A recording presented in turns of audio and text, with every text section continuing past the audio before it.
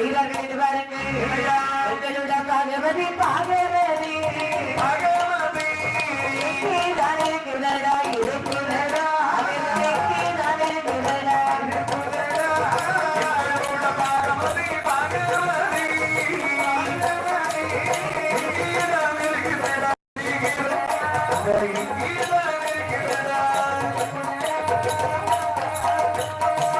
பங்கவிடு முன்னதாக பங்கதை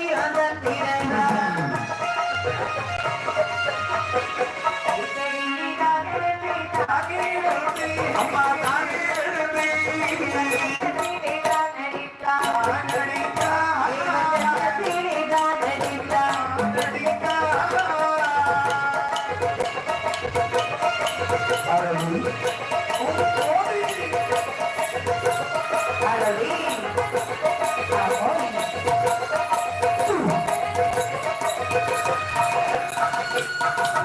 தெய்வாதி தேவர்களை பிடித்தார்கள், ஒருவர் அடித்தார்கள் அசுரர்கள். அடிபொடுக்க முடியாத தெய்வாதி இவர்கள் கருவறையுமாய கண்ணனில் நேற்றிய முறைப்பட்டார்கள். பார்த்தார் மாயவனாகிய பெருமாளுக்கு கடும் கோபம் வருகிறது.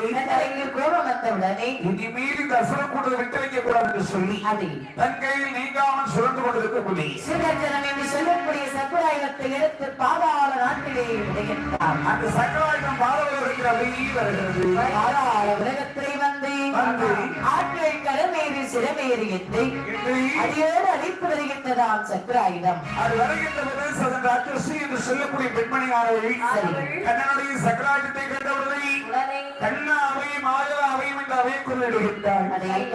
அந்த சக்கராயுதமானது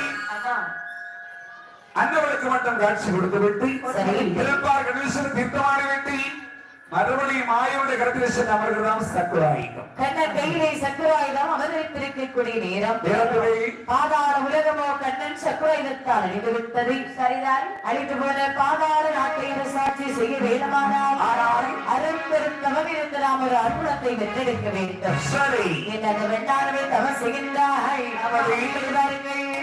சாந்தாலே தரைவே